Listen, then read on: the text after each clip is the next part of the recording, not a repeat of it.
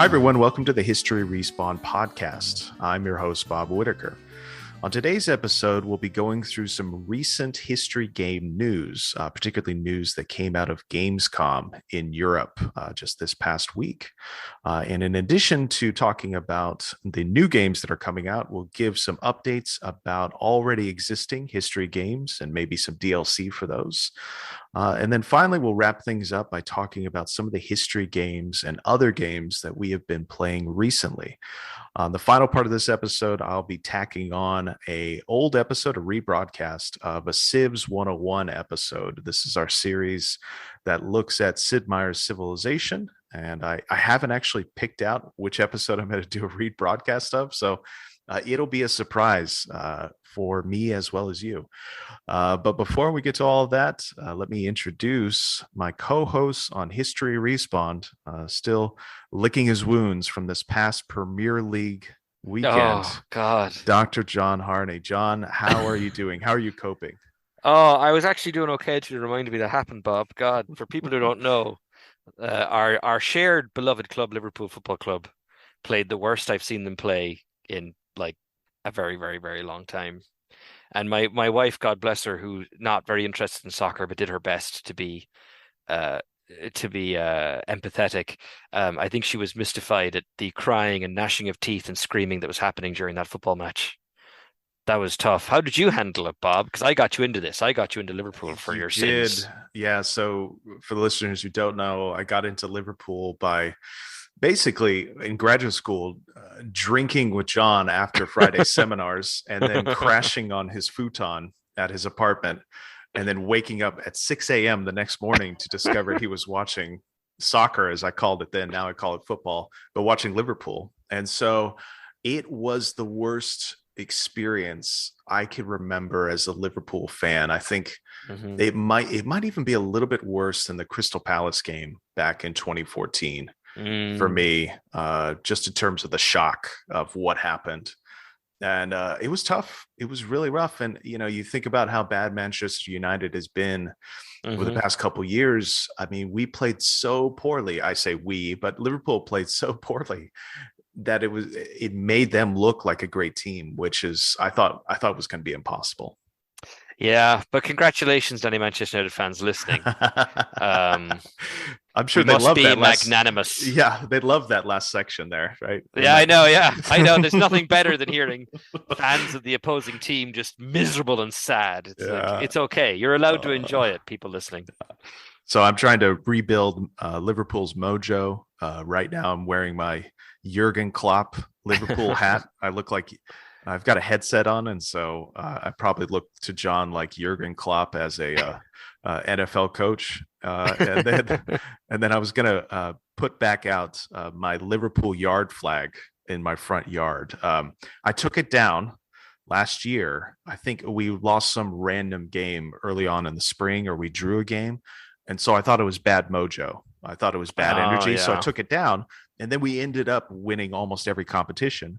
But now we're really struggling. So I'm like, okay, well, it's time for some reverse mojo. And so I'm going to put that flag bat out before the game tomorrow. And so we'll see. Fingers crossed. My birthday's tomorrow. We'll see if we get a good result against Bournemouth. We'll see. I don't know. I don't know what to expect. I'm very, very nervous. Yeah, times are bad. No, they're better for historical video games. Yes.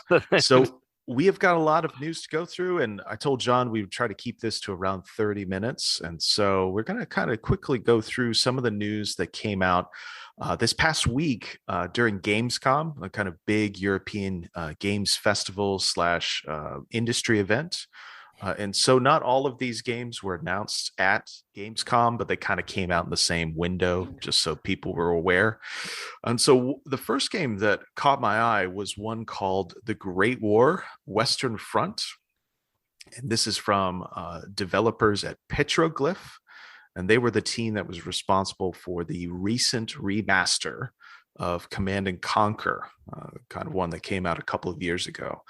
So this game that they're working on, The Great War Western Front, is a new strategy, real-time strategy game that is going to emphasize historical accuracy. So the kind of write-up that I read about this game on Rock Paper Shotgun, which was really good.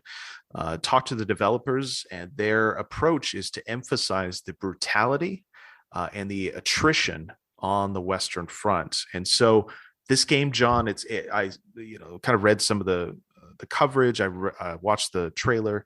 It looks like it's kind of a mix of grand strategy and real-time strategy. So it's kind of like a total war game in that sense. But this idea, it sounds good. The historian in me is like, oh, this sounds great. But the player in me is really nervous for them, because the idea of actually playing through the brutality and attrition on the Western Front, that sounds like a miserable experience. I don't know what you make of that. Yeah, I don't know. It's hard to know. I guess we'll see what happens kind of gameplay wise. The Paradox games are quite good at doing attrition. Of course, it's a World War II game, but I think Hearts of Iron 4, it can put you in the situation where you're just throwing all these troops into a meat grinder. Nothing's really happening. But you can kind of do that for like 2 hours of your actual life playing a game. So I don't know how that would work in a typical RTS. So that'd be kind of, I don't know. I'm intrigued. I mean, I like the art style of it. It looks interesting. Mm-hmm. And I think that I think the centenary of World War One definitely got a lot of creative minds going. No And that's kidding. pretty cool. I hope it keeps going. I hope this is just going to be a thing for the next 10 years at least, No kidding. I remember talking to friend of the show, Chris Kempshaw, about this, and he wrote a whole book about the First World War as depicted in computer games. hmm And I remember saying to him, like, well, we don't have many First World War games, but maybe we'll get a few more because of the Yeah. centenary. But I just can't imagine anybody really wanting to spend a lot of time in the First World War because of that brutality, because of that attrition, because of that hopelessness. And yet here we are, and it feels like every year since the centenary and during the centenary, hmm we have had a semi-major release for a First hmm World War game, and that's crazy. That was completely unexpected. Me, I would not have guessed that. I would not have bet money on that. Well, I mean, really quickly, I mean, you know more about this than me, but there's been a shift, hasn't there, in the last 10 years or so of how we think about World War One? Because for the longest time, certainly in Britain, it was this, what is it? What's the phrase? Lions led by Lions fools, led or by donkeys. yeah, lions led by donkeys, and that kind of there's been that kind of that frame World War One, and as a result, it feels so much more static than World War Two does in this kind of narrative sense. Mm-hmm. But I mean, that's been changing a little bit the last few years, right? In terms of, I you know, don't know about that. I feel like some of that narrative is still there. And I think that there's still quite a bit of work that needs to be done in the public that describes how much enthusiasm there was for that war during the war itself. Because I right. think that we still have this problem where people, and include students in this, but also other historians who kind of emphasize the lions led by donkeys idea. They emphasize the narrative that this was an awful war of attrition. It was brutal. It was nasty. And that the only sensible thing to do was to commit mutiny or to, basically quit on the job. Right. But if you go back to the historical sources, there's of course people writing like Sassoon and Wilfred Owen and Robert Graves, all these famous kind of anti-war narratives. But there's many, many more that felt like this was the Great Crusade, and I use that word crusade on purpose because they saw it as what they saw as a Great Crusade to free Europe, right? To Right. at least from the Western perspective, but then also from Germany's perspective, to kind of pursue their own version, demented version of self-determination. And so, I don't know if we've gotten to that place yet. The enthusiasm that existed for the war, I don't know if we have like public awareness of that yet, because you look at some of the World War One games that have come out in the hmm past 5-6 years. You've got what this Great War game. You've got some other games. What's the Ubisoft game that I always refer back to? I can't remember. Valiant Hearts. Yeah. Oh, that's right. Yeah, of Yeah. And course. so those are the kind of games that I think of, and those have a very much a hmm lions led by donkeys mentality to them. But you know, What it's in, yeah. yeah, the more we see of these, maybe the different perspective we'll see as well, based on other historical sources. I don't know. It's tricky as well, of course, because at the same time, like the Peaky Blinders TV show over in Britain, I think certainly in the British imagination, people in America like that show did a lot to talk about, PTSD for people for veterans of World War One and everything. Yeah. But another part of it is in a lot of nationalist movements at the dawn of the 20th century. I mean, Ireland was definitely like this. A lot of those guys got really carried away with this idea of like blood and the purifying power of Yes. like war. And of course, fascism, as it should be, is a very bad word now. But of course, as you know, Bob, and a lot of listeners know, there was a sustained period where fascism was the hot new thing Yeah. that people thought was interesting. And so that gets really awkward, Yeah. to start thinking about it that way. And not just fascism, but then also empire, right? Mm-hmm. Empire Yep. as a government form is actually preferable and desirable. It's like the highest form of government you can have. And so, Right. and again, just to kind of point this out, I feel like in the public memory, the awareness of that kind of oppositional thinking, right? Oppositional in terms of modern day perspective. I don't think there's that awareness yet, right? I don't think Mm-hmm. there's that knowledge of how comfortable these groups were with fascism or Mm-hmm. comfortable with empire, people who would otherwise be relatively supportive of other progressive causes, women's Mm-hmm. rights. You had women's Right. rights advocates who were fascist. You had advocates for equal pay who were imperialist, right? So Mm-hmm. it's very hard to kind of throw in modern conceptions of That's right right. and wrong and black and white into the past. It's a fool's errand, basically. But that's our Yeah. job, right, John? Yeah, that's what we got for the next World War One game. You are an imperial Japan slowly collapsing into fascism. Go. It's like, wait a minute. Out of the frying pan and into the fire. That's right. Yeah. All right, so the next big historical game that was announced during Gamescom was one that's called Wyrdsong, or Wyrdsong. I think it might be Wyrdsong, but this is a game that is a Gothic RPG game set in medieval Portugal. And so this game is being developed by a group called Something Wicked Games. And this group is made up of ex Bethesda and ex Obsidian developers, people who worked on Fallout, on Skyrim, Outer Worlds, and then Dragon's Age Inquisition. And so they are calling this game a semi historical kind of action Gothic RPG that has got a lot of Soulsborne influence. And in fact, the preview that I read on this game on Rock Paper Shotgun brought up Elden Ring about 7 times. So Hmm. it's kind of a big part of this. And apparently, the medieval Portugal setting for this game is based off of one of the developers reading a alternative history book about the origins of the Knights Templars in medieval Portugal, or the relationship between the Templars and Portugal during the late Middle Ages. So again, we've got a long experience now with the Knights Templars in historical video games. The entirety of Assassin's Creed is about that. So I'm interested to see what this game is going to be like. And they're already hedging it a bit. They're calling it semi-historical. So we'll see what that means in the final product. But obviously the kind of lineage of these developers coming out of Fallout, Skyrim, Outer Worlds, Dragon Age is interesting. I would like to see their new RPG. I'm just a little curious about the historical setting here. Yeah. No, me too. It's funny when I love Souls-like games, but I don't know. It's hard to know. I mean, you just never know how good it's going to be. And then there's other little aspects of it. I'm like, it's funny. Like the more I heard about it, I'm like, oh, okay. The more my excitement was kind of tempered.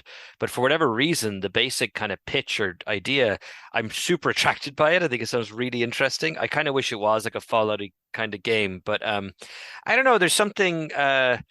That was it. The Templar thing wasn't super attractive to me, but I don't know, even the little, like, I think it's 30-second video they did, or 45-second video they did, was just there's some kind of a day night or Yeah. real world, bizarro world kind of cycle they're going to do. I don't know. I thought it was people can go and look it up. Obviously, I thought that was very promising. I don't know why, and I think that Crusaders, with the word crusade already in this podcast, and these kind of age of discovery empires, and especially the Iberian ones, and some of the things that they did to other people, which for better for worse makes possible that I live in Kentucky now, I guess, in the long way. um, I'm intrigued by metaphorically what you could do storytelling wise by just going ahead and saying, yes, there's demons. Do you know what I mean? Like I think that's really promising. And so that was very exciting to me. Yeah, I think there's things they could do there which would be a historical, but then also make a kind of metaphorical historical point. I think what you were trying to get to there is Yeah, yes, there's something that can be said, even if it is kind of a fantasy RPG, right. right? Yeah, There's lots of horror in the New World, but also yes, back in Spain and Portugal being enacted by these empires. So yes, yeah, so making it kind of figurative or making it literary or whatever the fictional is, I know I think that's really promising. yeah. So some other quick Gamescom hits here. These are some games that we didn't get that much information on. Not many previews written about them, or not much information forthcoming just yet. But there was a new pirate game announced called Tortuga, and I watched the trailer for this, and this looks like it's kind of going for a kind of Pirates of the Caribbean esque feel. Looks like it might have some naval elements too, but I don't actually know what type of game this is going to be. Then there's another game called Under the Waves, which is a game that is set in the 1970s, and it follows a deep sea diver for an oil company working in the North Sea. So I really like the sound of that setting. That sounds really cool. And then the last quick hit that I've got here there was a new open world game announced called Where Winds Meet. Where Winds Meet. I need to say that like Yes. 5 times fast. And this is a game that is set during the Ten Kingdoms era Hmm. in medieval China. So, John, did you get a chance to take a look at the trailer for this, or I Yeah, don't? I saw the Okay, yeah, go ahead. I saw no, the no, yeah, trailer. Really exciting. It's clearly made by Chinese developers. Like you could, it's very congruent, or it's really fitting with a lot of other storytelling motifs you see in East Asia, in TV as well as video games and in film and everything else. And it's got this kind of there's something the West has done a lot, but has struggled to get right. This kind of um this so for people who haven't seen, you should go and watch the trailer, and it's kind of showing off the game, but the voiceover is this very kind of intellectual slash spiritual kind of framing of everything, which is something that is very authentic to the sources we have from that time and how that society saw itself, how the elite saw themselves. It's something the West has been fascinated by forever, but often, not always, but often it's just kind of cheesy and bad yeah, when they try and kind of, yeah. it comes off as not great. It comes off Um, as David Carradine in Kung Fu. That's what it. that's Yeah, exactly right. So it's really interesting. The Ten Kingdoms was the 10th century. So what you're looking at is the dissolution of the Tang Dynasty, and the Tang was uh, the medieval Chinese historians get upset with me for saying this, but like Buddhism was it was the closest China ever was to having like an official religion. So Tang China was effectively Buddhist China in the sense that the emperors were very Buddhist and are perform well what Buddhist the way Charlemagne was Catholic, let's put it that way, right? So or became Catholic. And it was an important part of their power.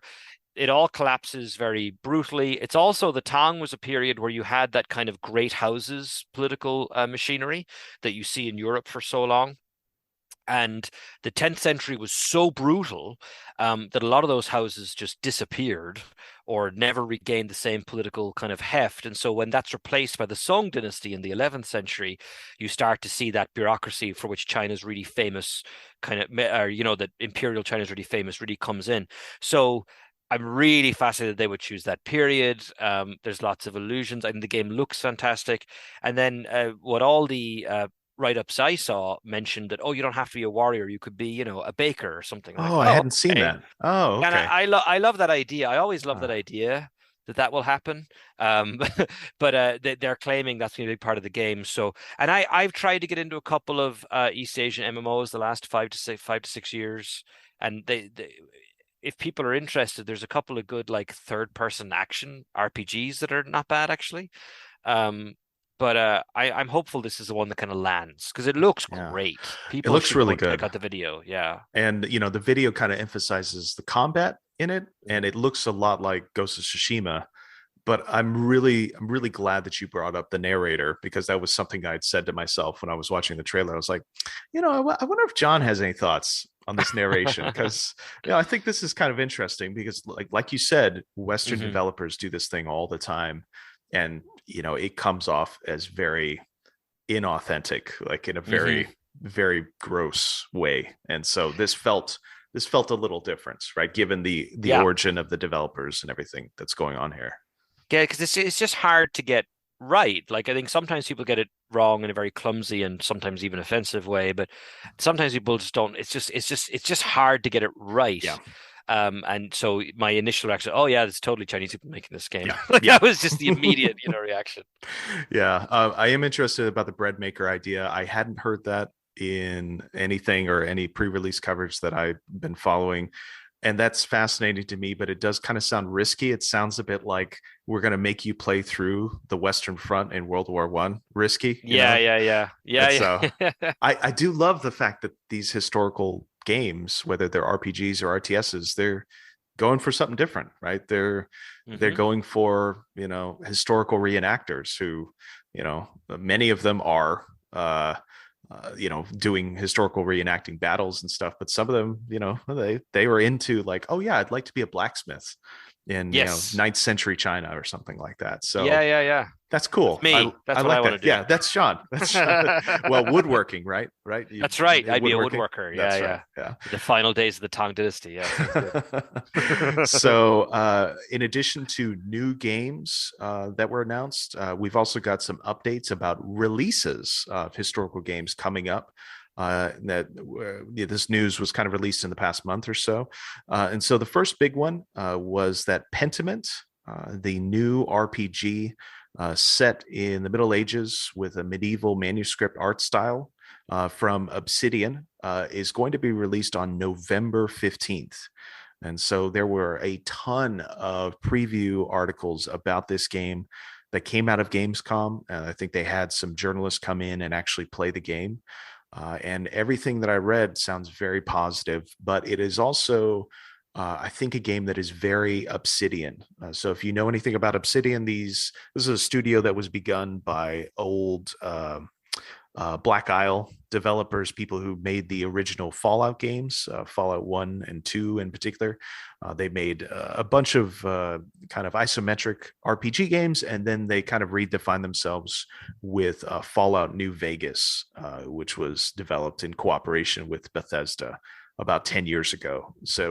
And it has, Obsidian games have an RPG credentials, but they also have a very serious emphasis on writing, and the writing usually tends to be something that doesn't reach what you might call a Hollywood ending. It can be something that has kind of a very subversive tone throughout, and then the ending can leave you wanting, right, in kind of a classic sense. And so I think in that sense, from what I read about Pentiment, it sounds like this is a very Obsidian game, a very Obsidian story, and that makes me very excited. And I'll say Obsidian one more time just to wrap things up. And so in addition to Pentiment, we also have a firm release date for Company of Heroes 3. And this is coming out on November 17th. And in addition to the release date, we also learned this past month that there's going to be 2 campaigns included in this initial release. So we already knew from pre-release coverage that we were going to get an Allied campaign during the invasion of Italy in 1943. That was kind of what they led the initial game trailer with. But now we are also going to get a new campaign set in the war in North Africa, I assume in 1942.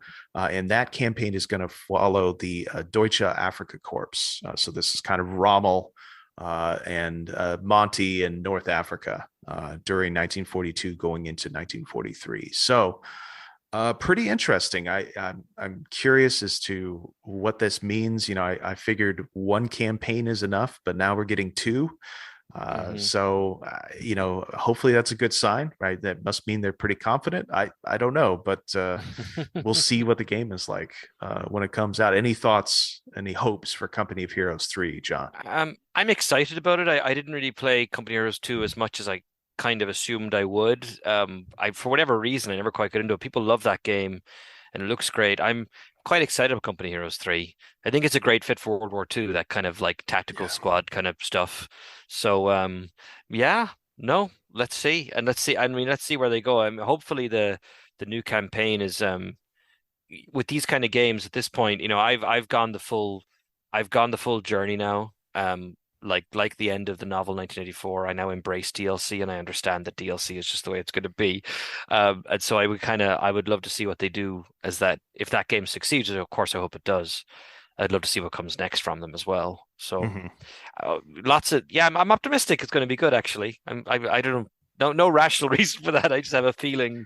I don't know. It just feels good. Everything. It Yeah. just feels like it's a well cooked game. Yeah. Is the vibe I get. You know.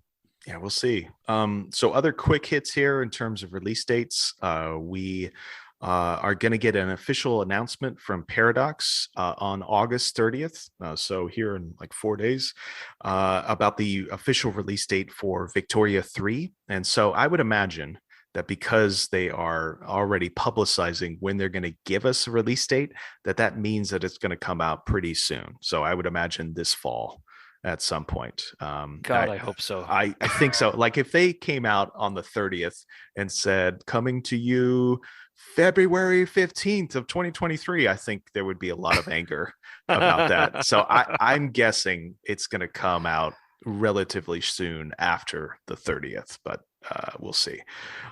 In addition to that, we have got a firm release date now for Ubisoft's Skull and Bones. This is the much troubled piracy MMO that they've been working on for the past 8 years or so. And this is coming out on November 8th. And in addition to that release date, we're also still waiting.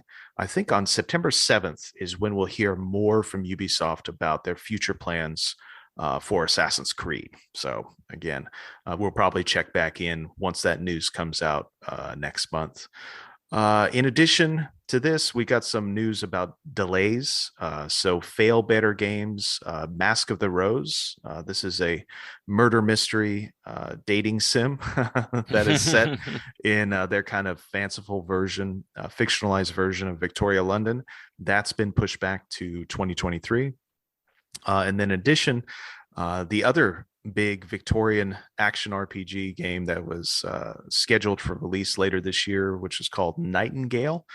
This is also delayed into 2023. So this is a action RPG, adventure game, survival sim, kind of a grab bag set in a kind of a dark Victorian era setting, and this is made by ex-BioWare developers. So those two games, Mask of the Rose and Nightingale, we will hopefully see in 2023.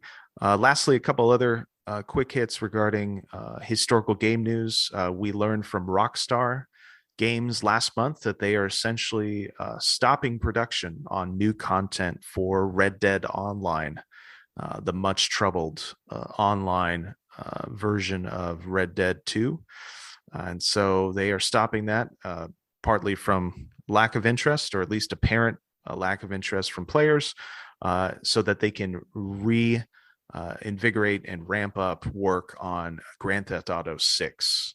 So Red Dead Online kind of dead from this point forward. And Yeah. then lastly, early this month, I think it was August 5th, we had the release of Lucas Pope's Papers, Please on iOS and other phone devices, mobile devices. So really great news if you want a really good and useful historical game that can reach students in the classroom, right? You can buy Hmm. this version of the game. It's the full version of the game. It's relatively cheap, and it's something that students can play on their phones because students these days rarely use desktops. They rarely use laptops, but they are on their phones all the time. So that's really welcome news, and I'm glad to see Lucas Pope is still doing stuff. I think he's the great auteur of video Yeah. games of the past decade, and I can't wait to see what else he does. And he's ludicrously like, what an annoying person Lucas Pope is, because he's so, in addition to being just a wonderfully creative person, technically gifted. Yes. It's worth, if anyone has any kind of programming interest, it's worth looking up. His website is I don't know how to say it, but it's dukope.com, and so a Ducope, I guess, Duco, yeah. / devlogs, and he has a blog post talking about getting Papers, Please onto phones, and it's amazing because it Yeah. looks great and it plays really well, and he basically rebuilt his old game for fun and talks about it like it's nothing, and it's amazing. It's Yeah. amazing. So Yeah. yeah, I'm He's glad to see him doing well. he's incredible. The stuff he does is incredible, and it's not only marvelous in terms of the historical settings that he places his games, but also, like you said, the technical achievements. Like, Papers, Please was amazing when it came out, and then Return of the Obra Dinn is a technological marvel in its own Hmm. way. And again, he's doing largely all of this work by himself. This is one person developing these games, so it's pretty incredible. Pretty incredible. Okay, so that does it for game news, release window news. We'll be back next month with more information about all that, particularly the Ubisoft news. But I wanted to wrap things up with this discussion section of the podcast, talking about some of the games that John and I have been playing recently. And so, John, you go first. What Sure. games have you been playing recently? What historical games or otherwise have you been Yeah. playing? Let me see. Otherwise, first, I'm back into Destiny 2 for my sins. And this is quasi-historical related. In the new activity in the new season we started on Tuesday, I was fighting a boss and having fun. It's very Destiny. You're just shooting lots of things. And it dawned on me, and I was helping lead these NPCs to recover their ship, their spaceship. And we're fighting this stuff, and it's like, is that effing pirate music playing while I'm fighting this massive alien? It is. Like, good for you, Bungie. This is fun. This is the pirate vibes continue. Um, I went back to Control, which I played like a year ago, and actually I had to restart all over again, which I actually didn't mind because that's just a fun game to hang out in. Um, and it's an interesting game to hang out in. That's been interesting because for people who don't know, and I won't spoil anything, in Control, it's the Federal Bureau of Control is this kind of big part of the story, and the FBC, and there's lots of kind of sinister, it is potentially sinister either by design or even like accidentally bad. And there's a long strain of that, I think, in American society. And at the moment, sadly, there's definitely an uptick in thinking the Yes. FBI is evil, Yes. and up to no good and out to get you. And so that's been interesting to play Control with that happening. And also, Control's really a crazy, crazy good game that Yeah. people should And play if they haven't played. it's got some great material culture, not Hmm. necessarily one-to-one material culture, but great material culture from kind of late 60s, early 70s brutalist Yes. architecture, and then also kind of just office ephemera from Hmm. kind of the mid Cold War period. So it's really great. It's It's a wonderful. it's a beautiful game, and for people who might be in the same boat as me, I don't know about our playing time. It's a fun game to play, but I ramped all the sliders down to make it easy to play, and it's still fun. Like which is always, I think, an amazing thing. That Hmm. like on easy mode, the game is buckets of fun. Um, I This game's been out a couple of years, but I only started playing it the last week or two. Hunt Showdown, Hmm. I haven't heard which of that. is so it's how do I explain this? The single player mode, as it were, is kind of like a PUBG type game ish. But kind of the main mode they want you to do is really encourage you part of a team, ideally two people, maybe three people, and you're put on a map like in PUBG or Fortnite or one of those games. But instead of kind of being shepherded towards a certain point of the map, you have to go and locate these clues. And once you've located three clues, it reveals where this monster is, this boss monster thing.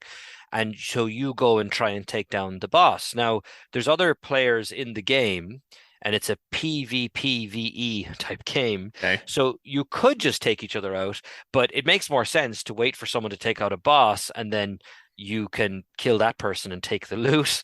And it's when you try and explain to someone, it sounds, God, that sounds very complicated. It's actually not that complicated. And I've been surprised how much I've been enjoying it. And the whole thing is set in this non-time specific Louisiana with monsters, and everyone's Hmm. wearing like duster coats, and Really? yeah, and it's got horror vibes, but it's just I'm gonna put this so down in my notes, actually. yeah, so it's playing with a lot of that stuff that Louisiana fiction, set fiction often does. You know, that kind of American Gothic slash actual horror Yeah, yeah, yeah. motif. Yeah. And so I've been digging it more than I thought I would. Cool. And so that would be something I've been kind of thinking, I wonder if I should find someone who does History of Louisiana and talk about this game. And then finally, Cult of the Lamb, which Yes. is excellent. People should play Cult of the Lamb, and there's a lot of they kind of named some characters after it. There's lots of allusions to kind of pre-Christian European paganism type stuff in there. Which is, and it's like you might have heard of it. People describe it as Animal Crossing plus dungeon running, but also you can sacrifice people in your village, and it's excellent. It's really Yeah. good. It's a really good game. I've been listening to the Nextlander podcast where they've talked a lot about it, and it sounds really good. And it kind of reminds me, I think the tone of it, and then also the resource management side of it kind of reminds me a bit of Peter Molyneux's Dungeon Keeper. Oh yeah. Maybe not one to one, but just kind of Right. like the tone it's going for. hmm they've nailed the tone, and it's yet again, of course, Devolver are the publishers, not the developers, but yet again they've nailed, the tone is just right. Like it's just funny without being goofy or silly. And I mean, if you're, and there's no judgment here, but if you're coming from a kind of a conservative religious background, it's definitely not the game for you. As in, if you're not going to enjoy basically, controlling an anthropomorphic lamb that leads a satanic cult, or not even satanic, but it's not Yeah. technically satanic, but it basically is. But I'm here to tell you, as somebody who was raised in a fairly conservative Catholic background, that it's pretty fun and it didn't bother me. Don't feel bad. Yeah. Don't feel bad. But it's also it's funny because I read and heard those descriptions, thought, I don't know. Then you play it, it's like, oh yeah, this just works. This is just Yeah, good. I was kind Yeah. of a little turned off by the preview coverage. I was like, yeah, it doesn't sound that great. And then to hear you talk about it, to hear other people that I respect talk about it, that's now on my list as Yeah. well. That's on the list. Totally worth it. Really good. So how about you? What have you been playing? Yeah, so real quick, I've been playing quite a few games. I don't know if people listening to this might not follow me on Twitter, but I had my whole family had COVID throughout July, so I did nothing really at all during that month. And then this past month, I've just been trying to catch up on things. And we also got a new puppy. We've got a 2-month-old border collie at the house that I'm looking after right now, and I'm actually downstairs in my kitchen recording this episode on some really old technology. I'm on the first podcast mic that I ever bought. It's a Blue Snowball from like 10 years ago. It still works. So I haven't had that much time to play games except in the past couple of weeks. I did at the beginning of the summer, I played through Returnal, a PS5 game, Souls like that's got a sci fi setting. That is easily one of the hardest games that I've ever played. Really, really difficult, but really rewarding. I also played Ghost of Tsushima. I put about 15 hours into Ghost of Tsushima. And, we covered that game for History Respawn. I think John shared a lot of, good insight about that.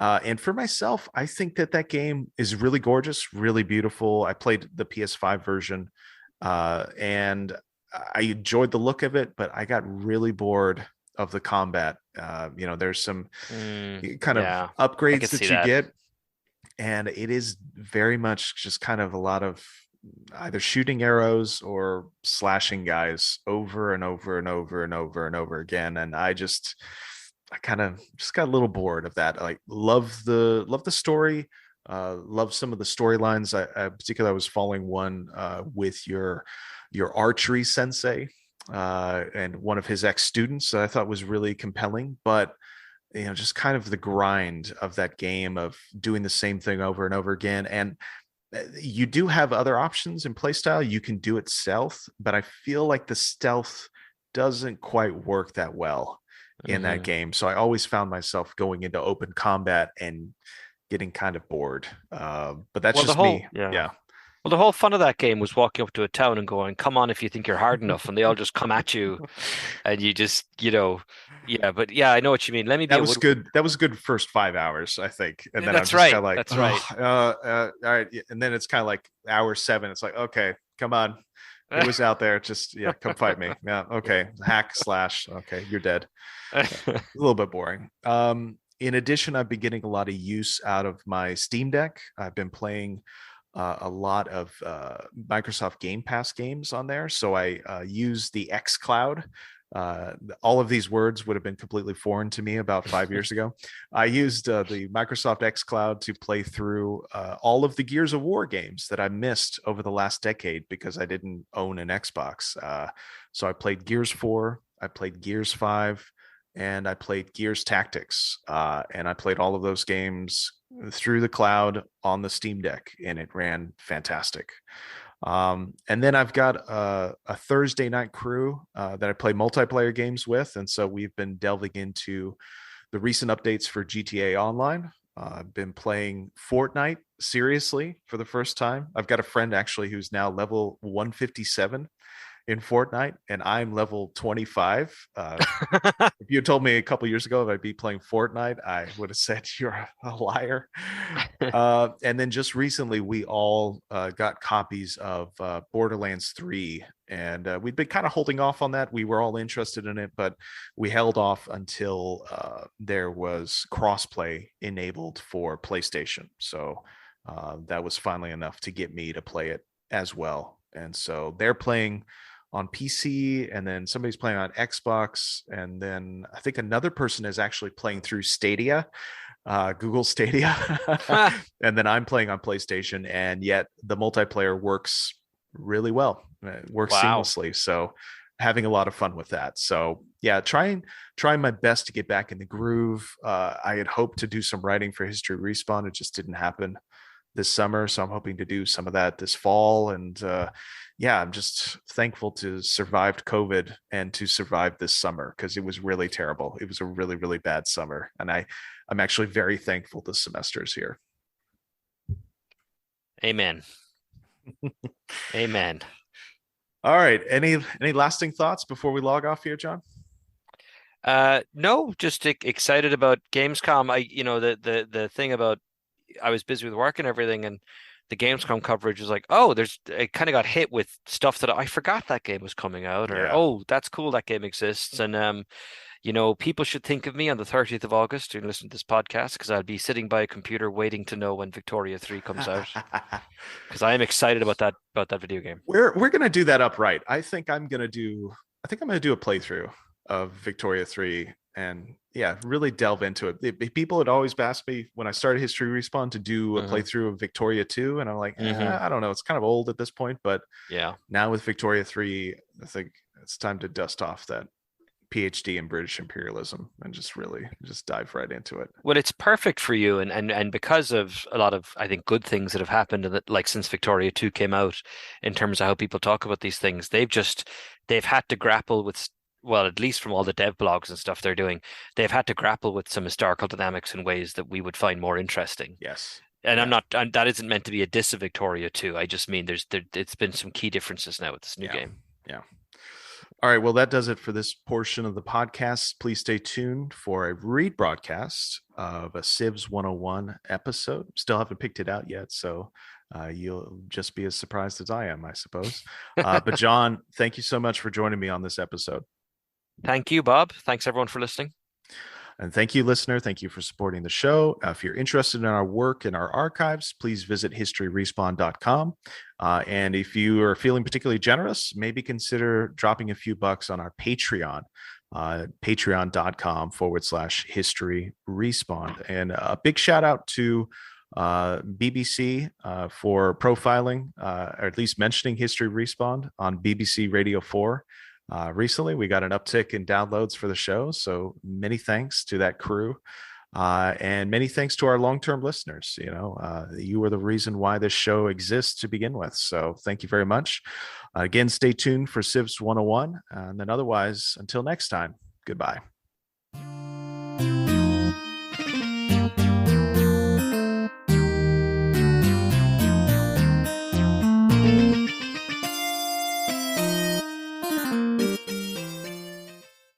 Hi, and welcome to Civs 101, the show where historians discuss Sid Meier's Civilization series.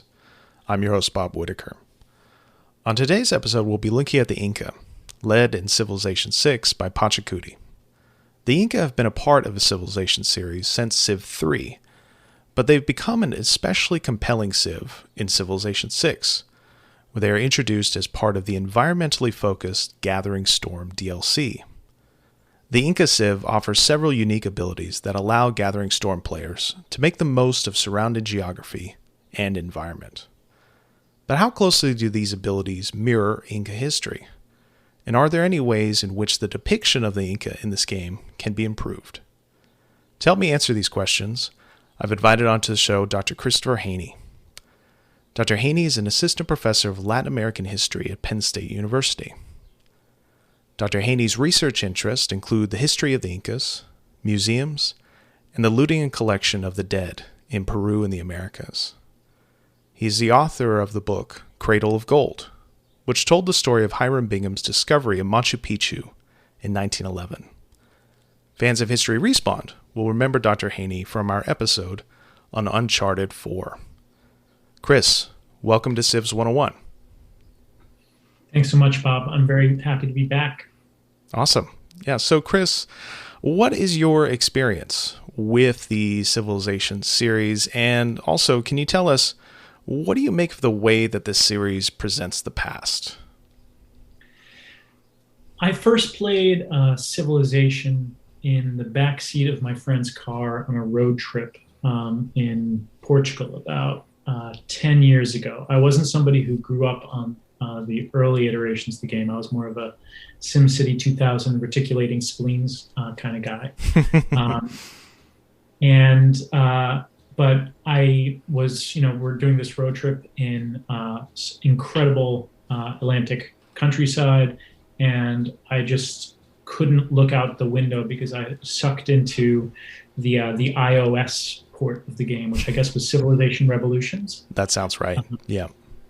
Which is probably pretty stripped down compared to where the console or the sort of the desktop version was at the time.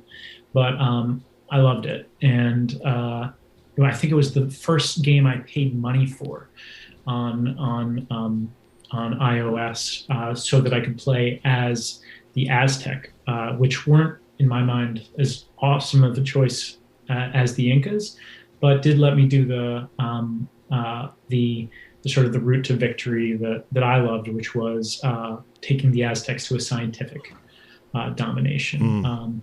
Because I loved how their temples could give that science bonus in the late stages. Well, from early on, but in the late stages of the game, create a really cool effect, which I thought was also kind of an interesting way of talking about cosmologies and knowledge as it not just being quote unquote science, but just ways of understanding the world that other understandings of sacred and sacred beings could reflect. And so I had a lot of fun with that, but I hadn't really ever played it on a desktop until you reached out to me, and I sort of checked back in. I downloaded Civ 6, and I'm at about 50 BC in a game with the Incas, and I don't think I'm using them right.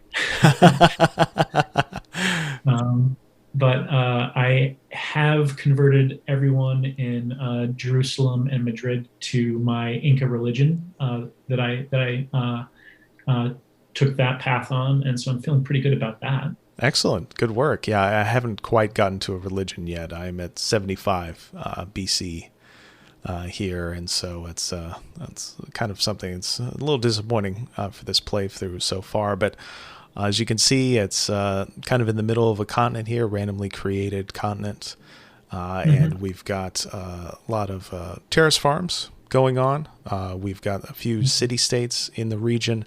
And then, interestingly, we've got the Congo, another Civ over here, just to the southwest. And I actually haven't played against the Congo that much, or played as the Congo. So I'm really curious as to see where this game goes and to see what kind of relationship emerges here.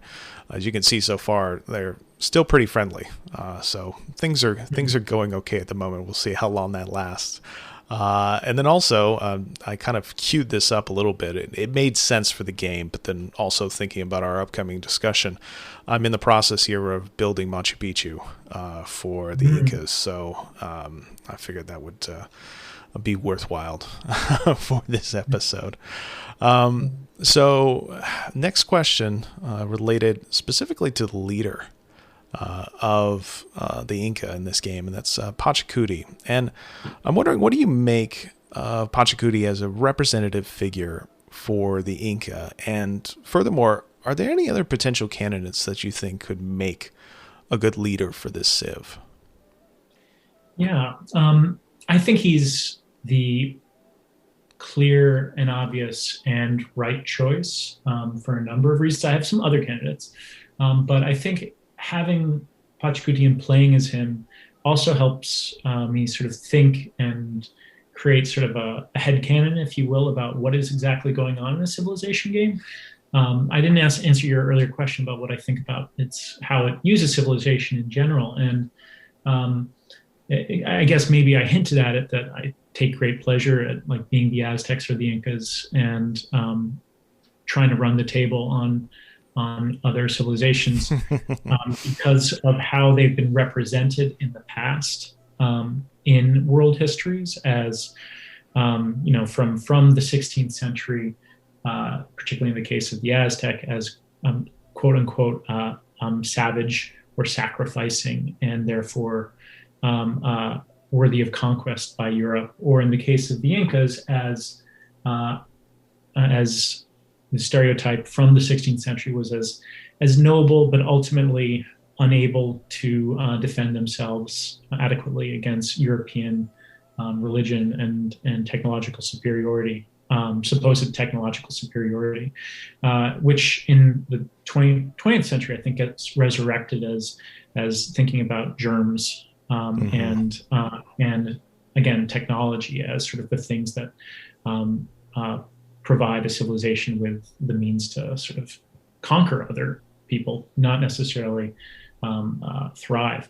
And Pachacuti is interesting for me as a way to think about what playing as the Incas does for a game like this. One of the questions I had for you, and you can answer it, but is what exactly we're doing when we choose a historical figure to play as this game. For me, it's always been sort of like a fun extra layer. I was like, oh yeah, if were playing this people, it would make sense to have this leader. But it's not really as if you're Mahatma Gandhi all through human history. I mean, this is a game, obviously. But Pachacuti is an interesting way of thinking through that idea, because he is there are a number of different counts of how many Inca emperors there were. He was the 9th, according to some counts. I checked out the Civlopedia they have on him, and it's pretty good in saying that he was born Kusi Yupanqui, the son of a Inca emperor named Viracocha. And at some point, he went from a leader of one of Viracocha's army, or a co-ruler, to being the ruler himself when he defended Cusco from an invasion of a neighboring group named the Chanca. And at that point, he he shamed his father and took control of the Inca state. And that state was named Tawantinsuyu, or the four parts drawn together. And after Pachacuti, the Incas expanded from their valley in Cusco in this larger area in the southern Andes. And over the course of the next 3 generations, created the largest empire in the Americas, reaching up to Ecuador and down to Chile and Argentina. And there was a work of 3 generations. Kusi Yupanqui, his son Tupa Yupanqui, and then his grandson Huayna Capac, who was the last fully recognized Inca emperor before the Spanish invaded, and his sons Atahualpa and Huáscar fought each other. And I think I understood that Huayna Capac was also a possibility in an earlier game. Yes. And that's Pachacuti is the better choice because Huayna Capac very famously dies at a crucial moment, right as the Spanish are beginning to invade, and the competitions between his sons is one of the reasons that the empire is vulnerable to the Spanish invasion. They're able to take advantage of rivalries among the Inca houses as well as among their subjects, and position themselves as basically force multipliers for one side against the other, and then essentially through trickery taking over the entire empire. Pachacuti, though, he inaugurates this transformation of a valley-based polity to this massive empire that was an empire like old world empires were empires in terms of their domination of distant people, having a cosmovision that positions the Incas as above everyone, as children of the sun. And because the sun was understood to be everyone's ancestor, they were therefore the ancestors of all of their subjects, which matters for Pachacuti upon his death. Pachacuti, one of the reforms that he introduced to the Incas was the transformation of their mortuary cult. After how he remade Inca religion was after Pachacuti died. When an Inca died, they didn't really die. They were preserved. They were artificially mummified, and understood to be still living and capable of bringing down lightning and rains. And they remained the master and mistresses, because it wasn't just an Inca, but an Inca and their consort, the Coya. They became the master and mistresses of their houses, even in death, as well as their estates, which stretched from Cusco to Machu Picchu across the empire. So you had a cohort of what in Spanish eyes were dead emperors, but in the eyes of the Incas were still living, which makes Pachacuti, I think, the perfect civilization leader, because under his ideology and religion, he never dies. He just keeps on going. And it's actually, it conforms with how would you reflect an Inca cosmology in a game like this? You would take seriously that the most powerful Inca emperor would continue to shape the lives of his descendants. In actual history, it wasn't, well, maybe it was Pachacuti. I'm not going to say it wasn't. But his sons, but particularly daughters who were in charge of his cult, would sort of shape the policies of the empire. So I think it's fun to play as Pachacuti and think about that as thinking about a centuries, millennia old embodied consciousness and sort of set of wills emanating from a Inca lord, and using that to sort of project outward and sort of remake the world, which is what Pachacuti's name meant. It meant world changer, world transformer, the person who brings about the revolution. And so for him, it was very much about reaching out from Cusco and extending Inca power and cosmovision across the Andes. That's fascinating. It's interesting to think that relating it to Inca cosmology and the thought of mummification and how digital avatars actually fit into surprisingly well into that kind of history. And, to answer your question to me regarding, why do they focus on these central figures? It used to be the case, in Civs 1 through 5, basically, where when you were a player and you were picking your Civ to play, you would pick it based on, what civilization, what nation state you were interested in playing at. And the leader of that group would be kind of a secondary concern. But now with Civilization 6 and all of the new DLC that's come out, they've really focused on the leaders first, and the kind of country of origin or the civilization that they're based out of is kind of a secondary concern. And I think that has to do with their emphasis in terms of building up role-playing mechanics in the game. And so, you made this offhand remark about, people playing as Gandhi and, staying as Gandhi and, their play habits. Well, it could be the case that some of these players do actually kind of build into their thought with this game that they are play acting as these historical figures. And so, at least for some players, particularly those familiar with role-playing games, that kind of play acting is something that can help, I think, draw the player closer to one of these 4X games, one of these big strategy games, which tend to be, on the whole, kind of impersonal. They're not something you really think about having a close personal reaction with, but instead thinking about it in terms of hexes and numbers and different sliders that you can adjust. But I think with Civilization 6, they're kind of thinking of it as in terms of building up your personal narrative with this historical actor that you are taking on the role of throughout this game. I like that.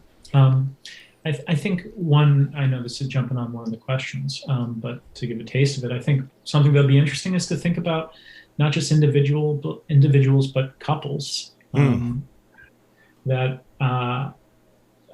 when the Spanish got to Peru, in what they called Peru in the 16th century, their understanding of what a leader was or a monarch was largely defined by male inheritance and primogeniture. And so they were the ones who were concerned with creating king lists and sort of figuring out, okay, who are the important kings? And Pachacuti wasn't just Pachacuti. Pachacuti, in order to become the Inca and have this leadership, had to find a consort, another equally kapak, a royal or worthy member of his family, and his was Koya Anahuarti. Later, empresses were even more powerful than her. His daughter-in-law, Mama Okyo, ruled the Inca Empire, while her son, Huayna Capac, was too young to take on the role. And so it'd be interesting to think about how it's not just singular individuals, but sort of the complementary relationships that particular cultures have that we get us away from like literally the great men. And I know that Elizabeth is here as well, but sort of the families or sort of combinations of people that also were what created power. In the case of the Incas, it's what Pachacuti was off dominating, his consort would be at home, essentially ruling the capital and the religious organization of the Incas. Well, that leads us into the next question really well, which is this idea of civilization. And, this game is built on this notion of civilization, which, as a historical construct, harkens back to a different era of historical study, one dominated by the West and, built around largely arbitrarily constructed groups of people, usually living in the Western world in the ancient era.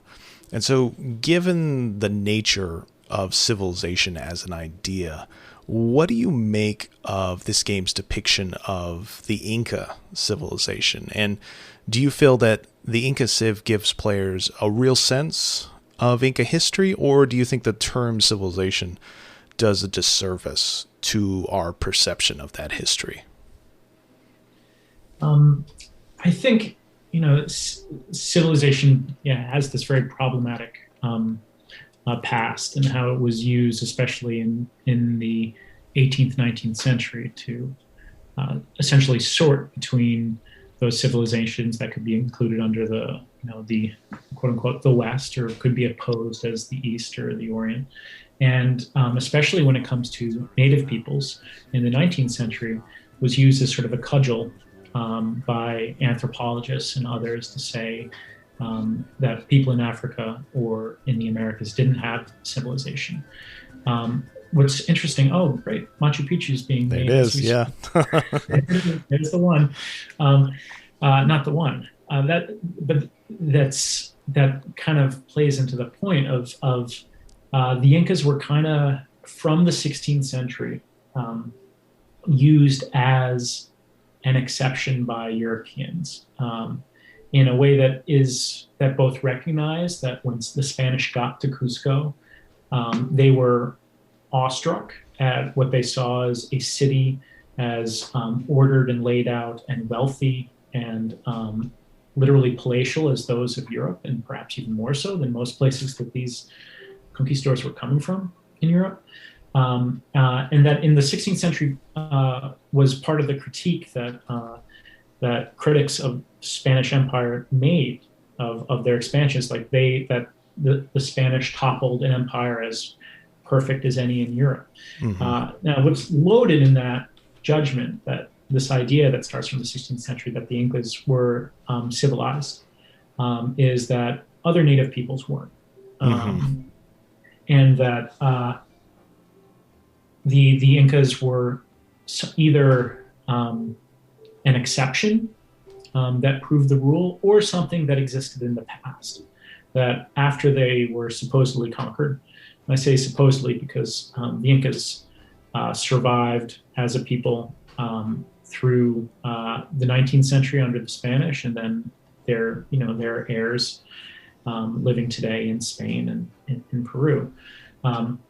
But the idea being that their greatness was a thing of the past. And so I think, the civilization does get used to beat on people and sort of judge them as, do they check the boxes of what Europeans were expecting to find or respect. All that said, it was really cool to see how they'd brought Pachacuti's biography in, and there's things that I would add, like the duality of marriage and what that meant for Inca rule and things like that, and the thing that I think a lot about is knowledges of the dead and religion and things that get very specific. But in general, that biography is pretty good. It sort of it holds up. The Kapaknyan function is, I think, a great addition. I mean, how great is it to not be to turn the roads into the mountains into roads? I would say for the developers, not to step on another question. Go for it. That the Incas would have not just built the roads, but had them pretty well defended too. It would, they could make them. It does make civilization, or I just did it myself, of people vulnerable to have roads that enter it from just about anywhere. But I think the Incas did a very good job of controlling movement along them. I think I didn't get so far as to get to play as the Huaracac, but that seems a pretty interesting sort of incorporation of Inca military prowess as an advantage that sort of tips the usual way that they're viewed in the Jared Diamond guns, germs, and steel sense as their technology not being superior. I think what we know about technology is that it's cultural, that the way you use it is important, and that in particular settings, one technology is more apt than another. And I think having them is interesting. I wasn't able to build Machu Picchu myself, so I don't know what it does for the Incas, but it was a royal estate of Pachacuti that he built as he expanded towards the jungle. And does it do anything special for? Yeah, so it's got the description here. Mountain tiles provide a standard adjacency bonus to commercial hub, theater space, sphere square, industrial zone districts in all cities.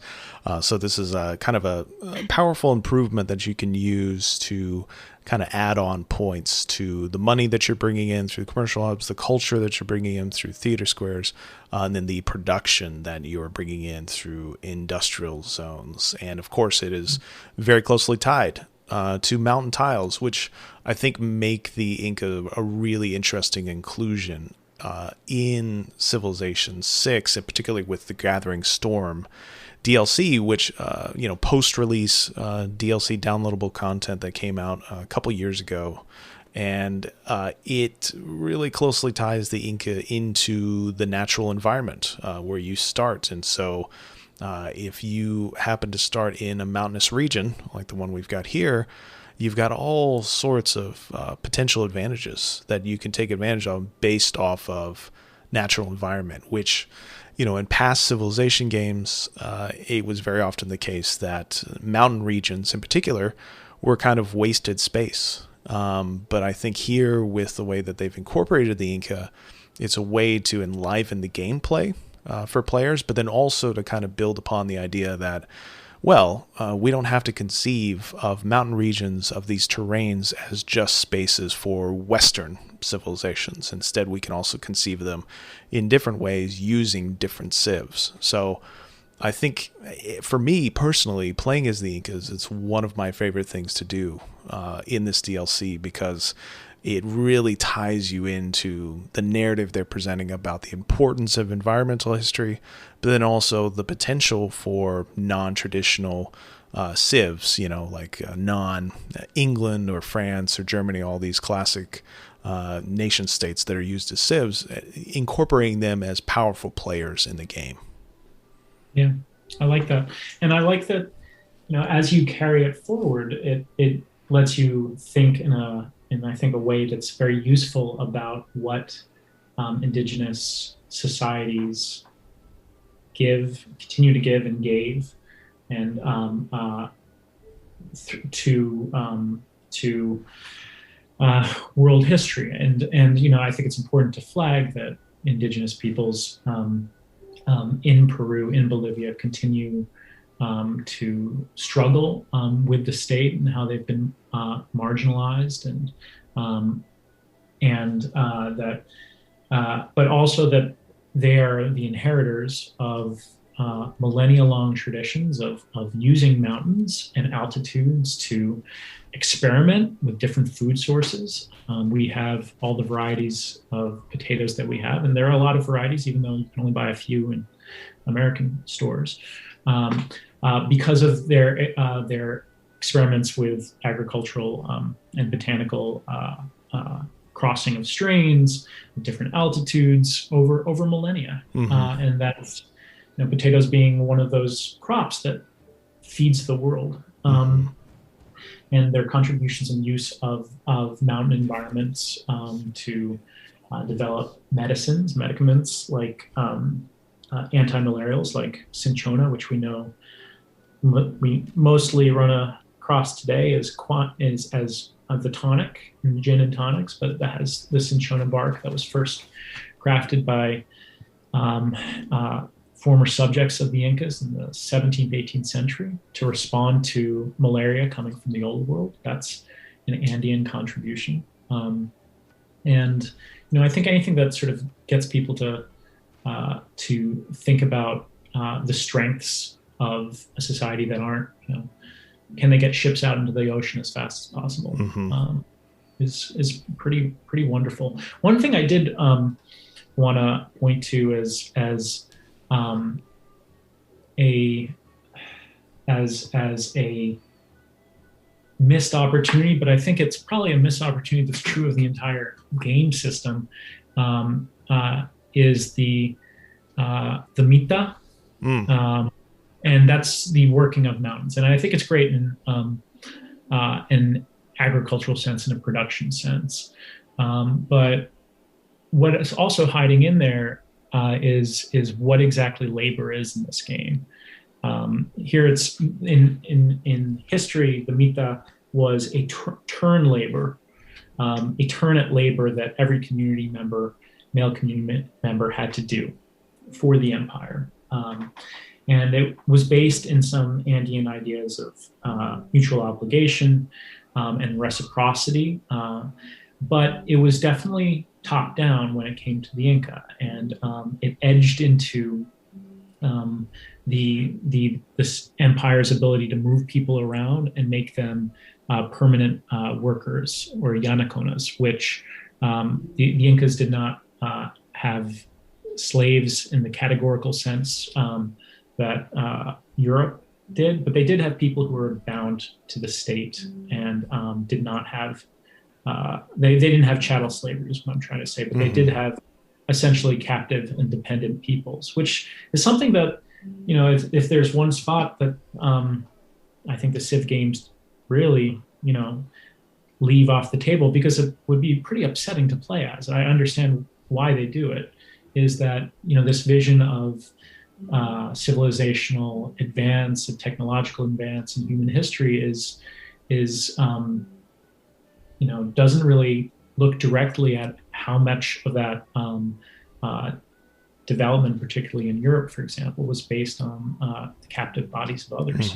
And I don't think that is something to include in the game, but I think in terms of how what is history here and what isn't, that's one of the things that's not history, that's left off the table. Yeah.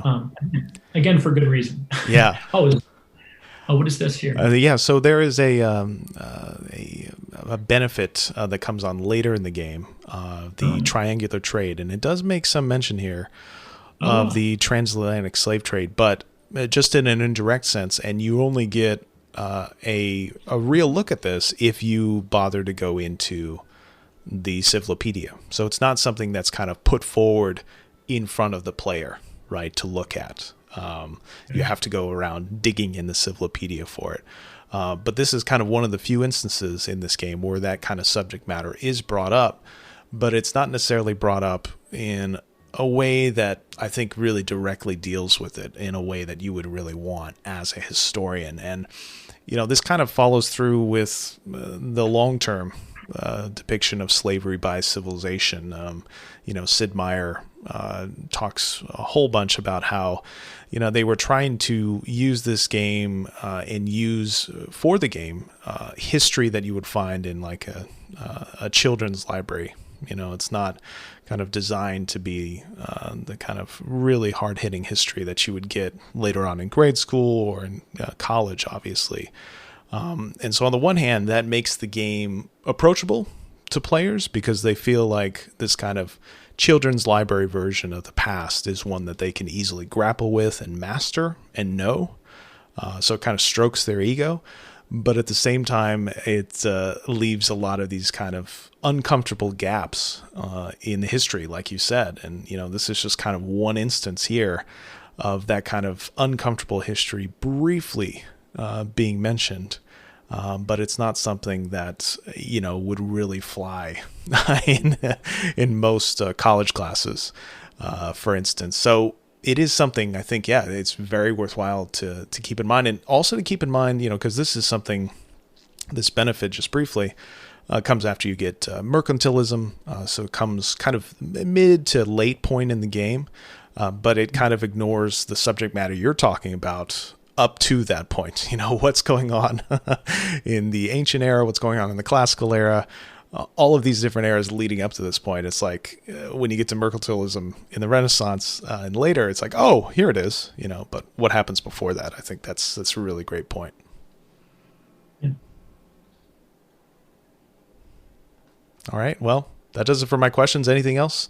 Any other recommendations you might have regarding the game or the Incas in specifics? I think I'd recommend to your listeners. There's some great books out there.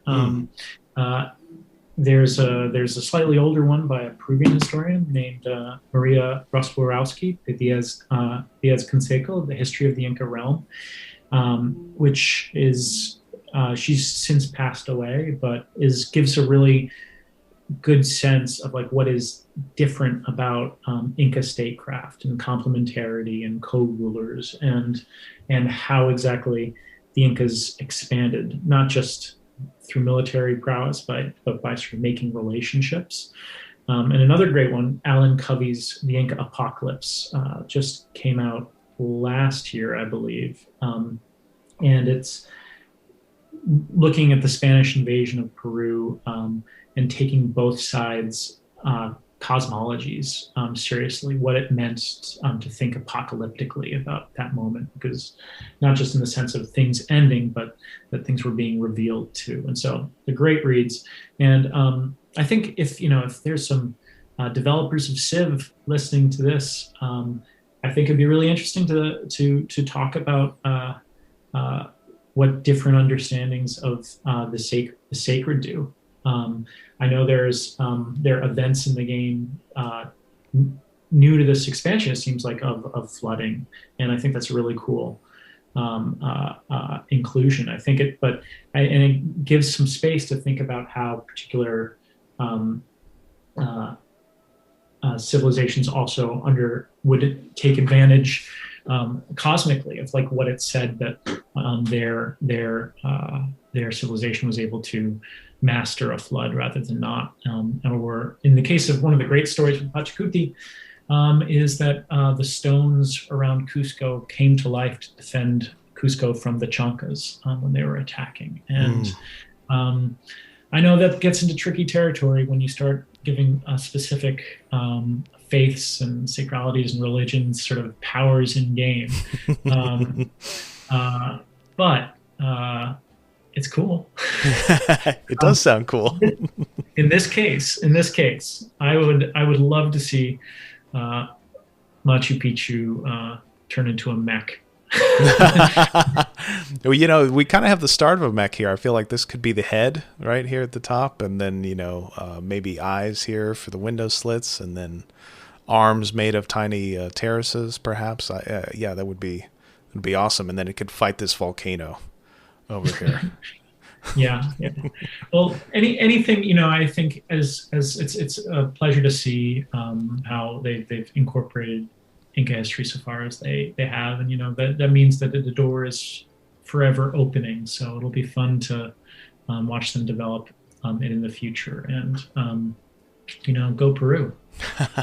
All right. Well, on that note, that ends this episode of Civs 101. Chris, thank you so much for joining me.